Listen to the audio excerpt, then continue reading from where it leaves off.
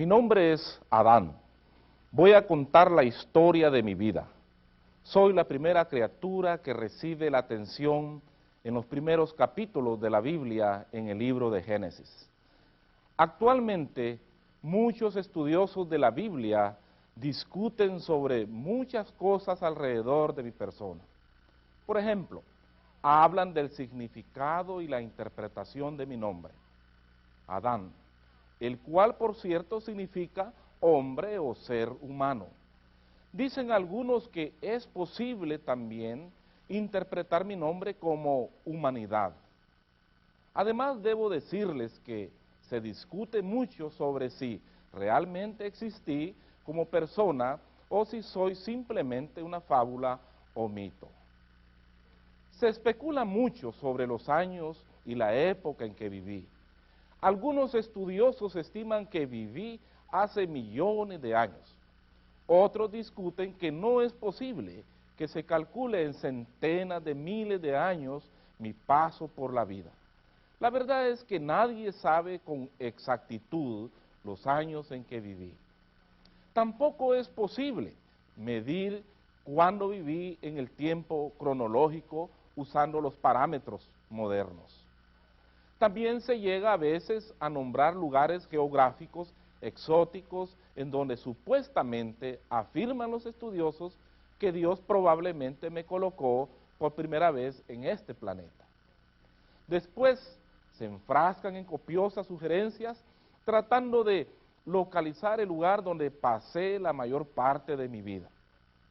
La verdad es que nadie puede estar cierto sobre estas cosas. Debido a estas circunstancias, no han faltado personas que meramente estimen que yo soy una fantasía, un cuento de hadas. Dejaré que los estudiosos digan lo que quieran sobre mí. Sé que en última instancia su juicio es inútil e indeterminante. Quiero decirles que otros libros de la Biblia no parecen referirse a mí como un personaje ficticio o mitológico. Ella no parece implicar dudas de mi verdadera existencia. San Pablo en el Nuevo Testamento, como escribió un autor, parece interpretar la historia de la creación y mía en un sentido literal. La Biblia afirma que Dios me crió. Ya admití que ella no menciona nada del tiempo cronológico exacto y el preciso lugar en que Dios me crió. Ante lo que parece un velo de misterio, tengo que afirmar que a la Biblia no le interesa presentar testigos oculares. Lo que le importa es asentar que Dios fue el creador de los cielos y la tierra desde el principio. En efecto, la Biblia no deja lugar a dudas que Dios me crió. Aquí quiero abrir un paréntesis para tratar de llamar su atención a lo que implica el importantísimo verbo crear en las primeras páginas de la Biblia. Deben tener presente que estas páginas contienen la historia de lo que se ha dado en llamar la creación. Estas primeras palabras de la Biblia quieren dejar bien claro que la acción de crear es una acción que solo Dios desempeña. Dios es el único que crea, que forma, que coloca y llena los cielos y la tierra con cosas que Él hace o crea. Ninguna otra cosa, ni ninguna otra persona es capaz de crear en el mismo nivel que Dios lo hace. Estrictamente hablando, Dios es el único ser capaz de ejercer la acción de crear. Esto quiere decir que cuando hoy se dice que las personas crean o ejecutan cierta creatividad, en realidad se transmite la idea que únicamente transforman o cambian lo que solo Dios anteriormente ya ha creado. Un escultor, por ejemplo, crea una obra de arte en base a lo que ya Dios realmente ha creado. Al artista o al inventor de algo solo se le ocurre modificar en alguna forma lo que Dios creó. Para decirlo sencillamente, todo artista o inventor usa la materia prima que Dios creó. Es imposible para el artista o inventor crear sin materia prima. Así pues, se debe notar que el verbo crear en las primeras páginas de la Biblia intencionalmente se le atribuye solo a Dios. Para la Biblia, Él es el único que verdaderamente ha creado los cielos y la tierra y todo lo que hay contenido en ellos. Aquí cierro el paréntesis y continúo con mi discurso. Pues bien, les decía que la Biblia además cuenta que Dios realizó toda su creación en un periodo de 7 días. Y especifica que en el 7º día concluyó Dios la obra que hizo y reposó el 7º día. Esto quiere decir que es muy probable que en el 6º día de la creación yo fui creado. Para el final del 6º día tengo que recordarles, Dios ya había creado y ordenado todas las cosas. Tómese en cuenta que ya había astros, animales, vegetación, agua, todo. Sin embargo, parece que le faltaba la pincelada culminante de su gran obra creadora. Como producto de su insuperable e indescifrable genialidad, Él mismo me formó usando como materia prima la tierra de este planeta. Dios tomó polvo y del barro que produjo me moldeó conforme a su sabio y perfecto diseño, y me modeló a su propia imagen y semejanza con el objeto de mantener una relación que no se igualaría con otras criaturas de la tierra. Sería una relación muy especial entre nosotros. Una vez que hubo terminado de moldearme, Dios hizo una acción destacada. Sopló directamente en mi nariz. Su aliento me concedió la vida. Empecé a respirar y a moverme, a tener vida en aquel mismo instante. Inmediatamente Dios me dio instrucciones. Empecé a ejecutar y disfrutar el trabajo y el plan para el cual Él me creó. Rápidamente comencé también a vivir plenamente en esa especial relación con mi Creador. Repito, Dios tuvo un propósito muy especial para mi diseño y creación. Ese propósito, entre otras cosas, consistió en que yo sirviera como el mayordomo, como la criatura principal que desempeñaría el papel de administrador y encargado en jefe de todas las demás cosas creadas por Él. Esto implica que yo me reconocería como una criatura más de Dios y que por consecuencia Él era mi único creador. A fin de cumplir con mi cometido, Dios me autorizó a ejercer dominio entre los peces del mar, las aves de los cielos y las bestias, sobre toda la tierra y sobre todo animal que se arrastra sobre la tierra. Ese poder especial que Dios me proporcionó es un indicio que mi papel de mayordomo principal sobre todas las cosas creadas sería muy destacado. Me apliqué a mi labor feliz y concienzudamente, disfrutando mi relación especial con mi Creador. Mi labor me resultó entretenida y era feliz porque el mismo Dios me la había trazado. Me habilitó instruyéndome y capacitándome para desempeñar mi tarea fielmente y con facilidad, pues Dios me concedió todos los talentos necesarios para realizar mi trabajo conforme a su plan. En toda esta tarea habría de pasar mi tiempo y así prestaría un servicio a mi Creador. Me encantaba servir sin distracciones, servir plenamente a Dios. Debo decir que Él me dio otras cosas y asimismo me dio otras instrucciones que serían para mi beneficio y realización personal. Por ejemplo, Dios me instruyó sobre lo que debería comer. Claramente me comunicó: te he dado toda planta que da semilla, que está sobre toda la tierra, así como todo árbol que hay, en el que hay fruto y da semilla. Y luego concluyó, de todo esto podrás comer. Así fue como Dios me sostuvo en lo que todo mi cuerpo necesitaba para mantenerme vivo y cuidarme. También trajo delante de mí a todo animal que había criado y me dio autoridad sobre ellos, y el darles a cada uno un nombre específico. Yo disfrutaba de mi servicio a Dios. Para darme una gratificación por la soledad en que me encontraba, Dios me dio una sorpresa verdaderamente fenomenal. Un día me hizo dormir para tomar una de mis costillas. Con ella modeló a mi compañera que sería, de acuerdo al plan del Creador, una ayuda idónea. Esto quiere decir una colaboradora, que sería la criatura más adecuada para mí, la más perfecta de las compañías, un complemento mío.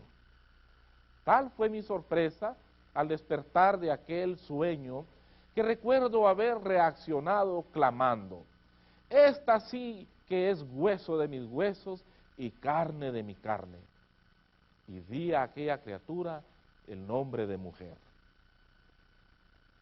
Debo decirles algo en cuanto a este nombre, del cual lamentablemente no se alcanza a captar todo el significado en la lengua castellana.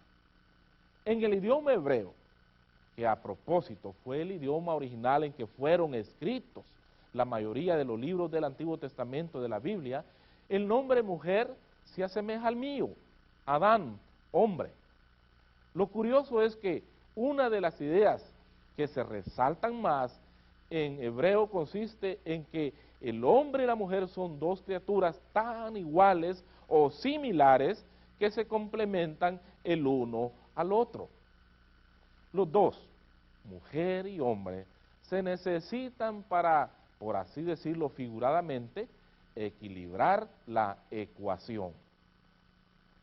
Con la creación de la mujer, Dios estaba instituyendo el matrimonio entre mí como hombre y entre mi compañera, a quien posteriormente llamé Eva. La institución divina del matrimonio no solo fue una gratificación temporal para mí o para Eva, sino que Dios se serviría del matrimonio para continuar con su sabio plan. Y nosotros, como criaturas suyas, seguiríamos desempeñando el papel de mayordomo de toda su creación. Nos ordenó, fructificad y multiplicaos, llenad la tierra y sometedla. Quiero llamar su atención a la relación especial que manteníamos Eva y yo con Dios en esa etapa de nuestras vidas.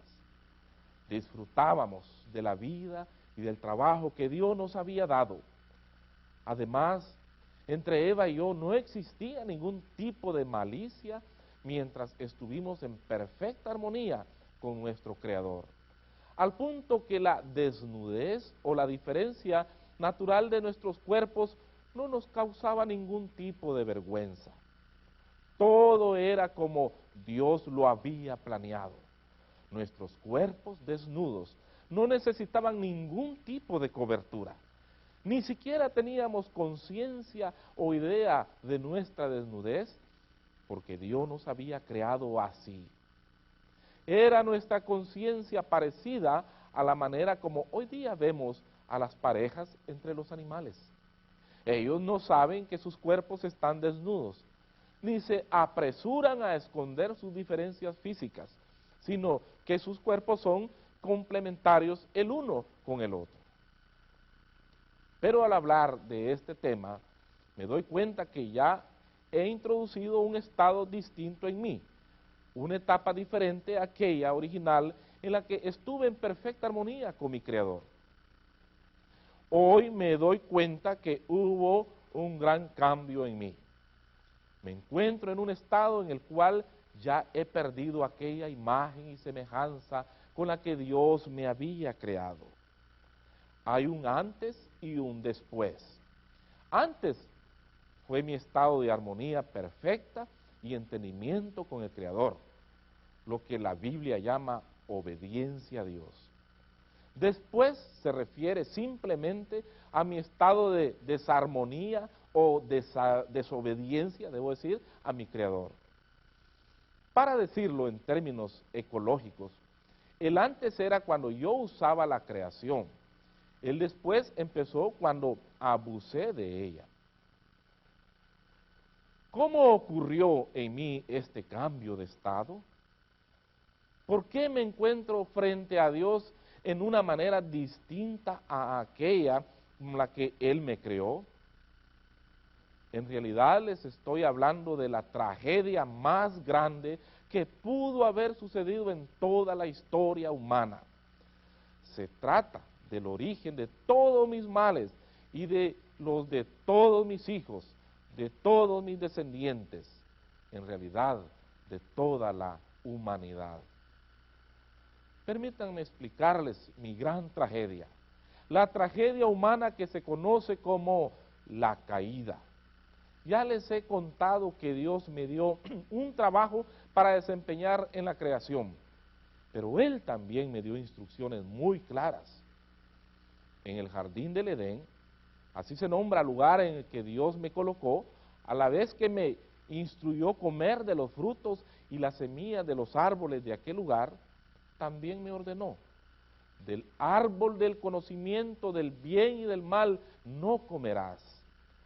Esta orden estuvo acompañada de una explicación que pronunció enseguida: porque el día que de él comas, ciertamente morirás. Cuando Eva fue criada, yo le hice saber esta orden divina, y ella la comprendió y obedeció. No estoy seguro cuánto tiempo pasó, pero un día el animal más astuto de la creación, la serpiente, utilizó su astucia frente a Eva, haciéndole una pregunta cargada de tal sutileza y tentación, apelando a la curiosidad, que resultó fatal. Las palabras de la venenosa pregunta fueron: ¿con que Dios os ha dicho no comáis de ningún árbol del huerto? Otra manera de hacer esta pregunta, dándole un giro desafiante, sería: ¿es verdad que Dios os ha dicho que del fruto de un árbol no podrán comer? Eva, fiel a las instrucciones de Dios, contestó afirmativamente, y aún le indicó a la serpiente la ubicación del árbol prohibido en medio del huerto, y le repitió la advertencia sobre la muerte. Para la serpiente, la cual, por cierto, como dice un autor, más tarde fue identificada con el diablo. Esa respuesta, ese indicio de un diálogo, la motivó para volcarse a completar la seducción de Eva. Inmediatamente le hizo un comentario que en esencia contradecía lo dicho por Dios e insinuó otra vez con melodiosa tentación: no moriréis. Dios sabe que el día que comáis de él serán abiertos vuestros ojos y seréis como Dios, conocedores del bien y el mal. La insistente tentación resultó ser muy poderosa y apetecible a la vez, pues la oferta se presentó como si en verdad ofreciera una atractiva y desconocida satisfacción para alcanzar la sabiduría. En esto consistió el astuto engaño de la serpiente. Eva fue tentada y, ansiosa de alcanzar un nuevo conocimiento, comió de la fruta prohibida. Después me convidó a hacer lo mismo y yo la seguí en su experiencia egoísta. En realidad, con este acto, Eva y yo nos colocamos primero frente a Dios. La relación perfecta que tuvimos con Él la hicimos a un lado. En eso consistió nuestra desobediencia, en desplazar a Dios y buscar nuestra satisfacción egoísta. El resultado inmediato de nuestra desobediencia fue que de pronto nos vimos uno al otro distintos. La diferencia de nuestros cuerpos nos movió a cubrirnos con hojas. Nuestra inocencia desapareció, dando paso a nuestra desnudez, y nuestra vergüenza se hizo una realidad. En esto consistió nuestra primera experiencia, en saber la diferencia entre el bien y el mal. Recién nos estábamos recuperando de eso cuando Dios nos llamó. Su llamada nos recordó que habíamos sido completamente engañados, y su clara advertencia trabajaba en nuestras conciencias acusándonos. El saber la diferencia entre el bien y el mal no nos había convertido en dioses como arguyó la serpiente. Al contrario, aún nos encontrábamos sujetos a Dios. Era todavía indiscutiblemente superior a nosotros y a la más inteligente y astuta de las serpientes. Aún unidos seríamos incapaces de hacer frente a Dios. Inmediatamente tratamos inútilmente de huir. Nos apenó a Eva y a mí acudir ante Él cuando llamó y nos escondimos entre los árboles. Finalmente ya no hubo espacio para escondernos y tuve que contestar a Dios. Las primeras palabras que pronuncié me delataron al instante. Dios supo de nuestra condición nueva. Sus palabras me martillaron en mis oídos y en mi mente, terminándome de acusar. ¿Acaso has comido del árbol del cual yo te mandé que no comieras? Ahora me doy cuenta que en mi respuesta fue tan fácil como inútil echarle, debo decir, la culpa a Eva, porque ella fue engañada primero, pero la realidad es que ambos fuimos culpables de desobedecer a Dios. Después, en las averiguaciones e intentos de justificarse, Eva declaró que la serpiente la tentó y engañó. Como consecuencia, tanto la serpiente como nosotros recibimos un castigo de Dios, y esta tragedia humana llegó a ser una parte cotidiana de la vida. De ahí en adelante, mi relación con Dios cambiaría radicalmente. Y no solo eso, sino que mi manera de vivir y aún mi medio ambiente terrenal también fue cambiado. Ahora yo empezaría a sufrir simplemente para sostener mi vida. Mi trabajo ya no sería un completo deleite como en el Edén, sino con esfuerzo y dificultades. Y Dios me dijo que mis días tendrían un fin. La muerte se hizo una realidad, pero a la vez, y hay aquí, debo decir, un gran contraste que debe acentuarse debidamente. Mi Creador dejó entrever una restitución a mi malograda nueva relación frente a Él. Cuando sentenció su castigo, Dios introdujo una promesa que arrojó luz y gran esperanza. Le dijo a la serpiente: pondré enemistad entre ti y la mujer, y entre tu simiente y la simiente suya. Esta te herirá en la cabeza. Mis días posteriores a la sentencia divina los viví al lado de mi compañera Eva fuera del Edén, tratando de arrancar de las entrañas de la tierra mi sustento. Aun cuando el Creador nos castigó y terminó arrojándonos del Edén, no se desatendió de nosotros completamente, pues seguíamos siendo sus criaturas y objetos de su amor. Nos bendijo, concediéndonos hijos e hijas en mis 930 años de vida. Y en medio de las bendiciones de Dios en nuestras vidas, la relación con Él fue diferente. si la comparamos con aquella que disfrutamos con Él en el Edén. Prueba de esto es que mis hijos nacieron trayendo consigo la condición diferente, corrupta, y heredaron de nosotros la tendencia a desobedecer a Dios, tendencia que iniciamos Eva y yo cuando caímos en la tentación. Quiero terminar de contarles mi historia haciendo breve mención sobre lo que los libros del Nuevo Testamento dicen de mí.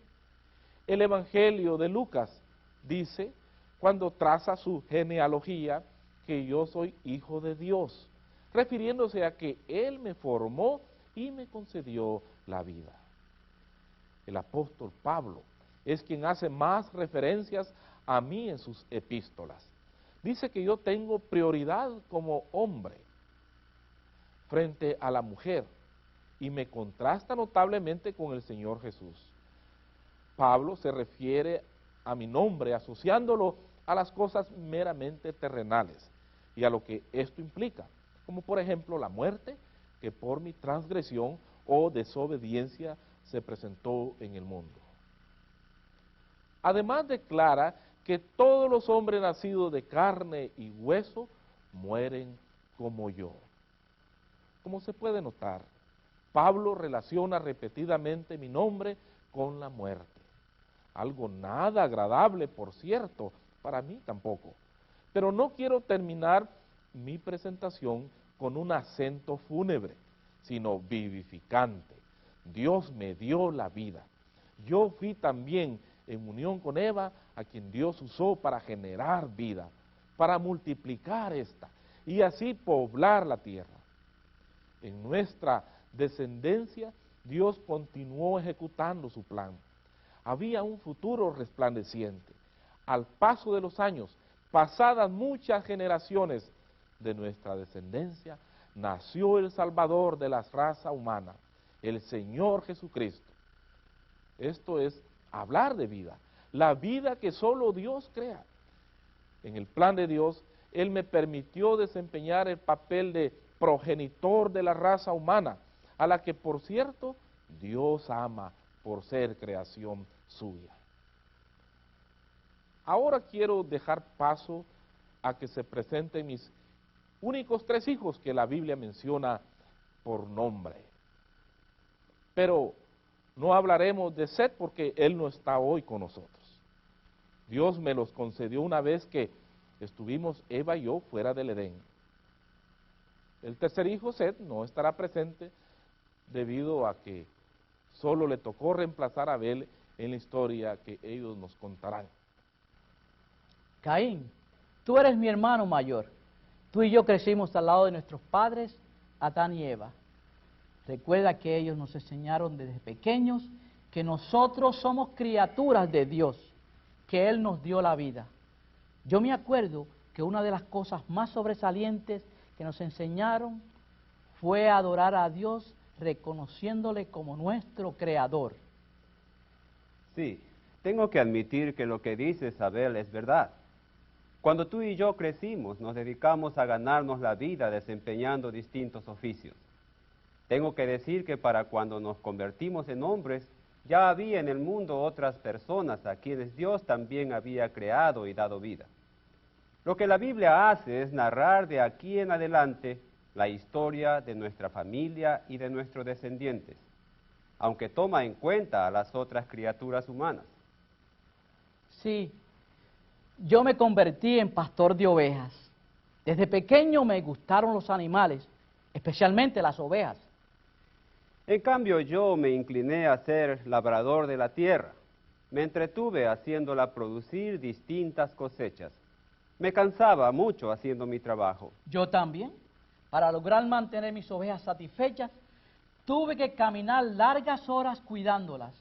En mis largas caminatas, muchas veces yo y mis animales nos vimos en peligro.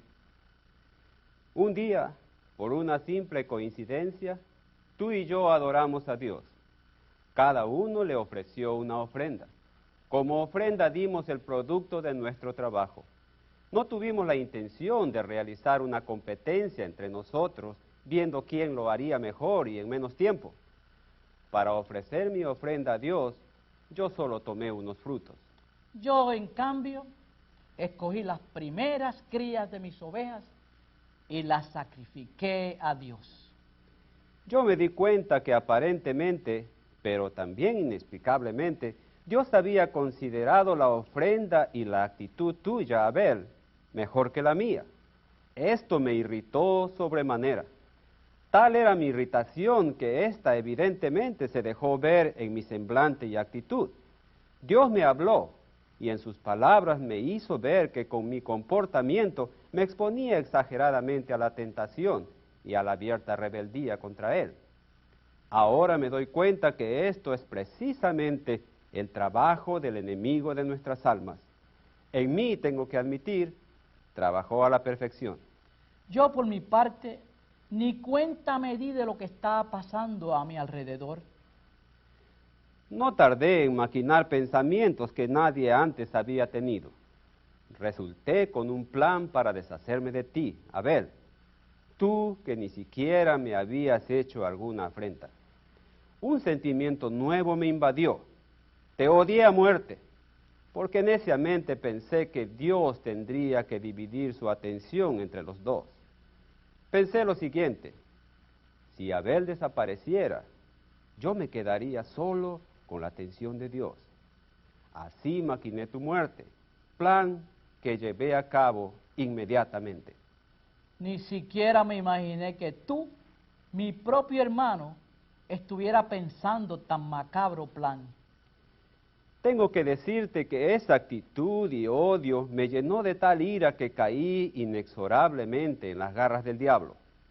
Un día te invité a que fuéramos juntos al campo. ¿Te acuerdas? Yo sabía que aceptarías porque sería como volver a revivir uno de los muchos días felices de nuestra niñez.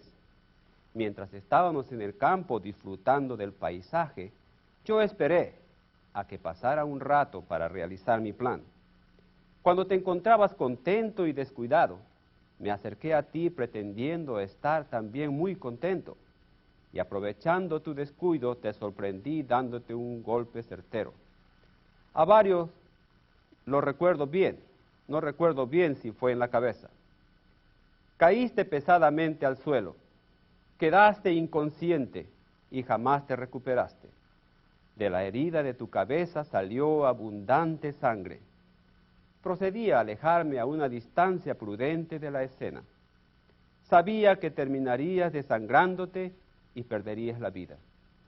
Más tarde volví a la escena para confirmar tu muerte, Abel, y esconder tu cadáver. Ejecuté exitosamente mi plan con todas las agravantes de un homicidio. Incluso llegué a pensar que Dios no se daría cuenta de lo que había hecho. Yo, en cambio, como tú lo dices, yo no volví en mí. La Biblia dice que mi sangre fue derramada y absorbida en la tierra. Mi plan para ocultar este crimen resultó en vano. Como resultado, Dios me sentenció a vagar por el mundo sin oportunidad de volver a ver a mis padres. Y la tierra se volvió más inhóspita.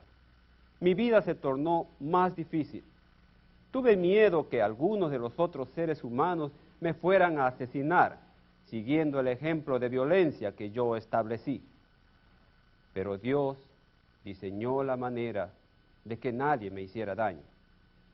Yo, por mi parte, me vi en la necesidad de rehacer mi vida. A pesar de mi triste historia, que refleja una rebeldía natural contra Dios. Después de la desobediencia de mi papá Adán y mi mamá Eva, Dios me protegió y continuó dando vida así como lo había establecido. Me proveyó una esposa y a Enoc, mi hijo. La vida continuó y Enoc, al hacerse hombre, siguió llevando por un lado la vida que provino originalmente de Dios y el pecado contra Dios y el prójimo por el otro lado. Quiero decirles que Dios consoló a mis padres cuando supieron que yo estaba muerto. Pasado algún tiempo, les concedió otro hijo, mi hermano Set. Así que Caín, Set y yo Somos los únicos a los que la Biblia identifica con nombres propios de los muchos hijos e hijas que Dios concedió a mis padres en los muchos años que les permitió vivir. Nos contaron muchas veces lo que les pasó en el Edén. Nos enseñaron muchas cosas de Dios y de su gran amor hacia sus criaturas. Nos ordenaron reconocer que somos hechura de Dios y que nuestras vidas le pertenecen. Nos enseñaron también a rendirle adoración a nuestro Creador. Y la vida sobre la tierra continuó y ha continuado hasta hoy, gracias a que Dios sigue ejecutando su sabio plan. En este plan se incluye la manera que Él ha provisto la restitución de la perfección humana y la comunión con Él a través de su Hijo. Este es un tema que la Biblia va elaborando más detalladamente poco a poco y que ustedes podrán disfrutar en la medida en que avancen en sus estudios. Dios quiera concederles aliento y genuino interés en seguir aprendiendo sobre Él.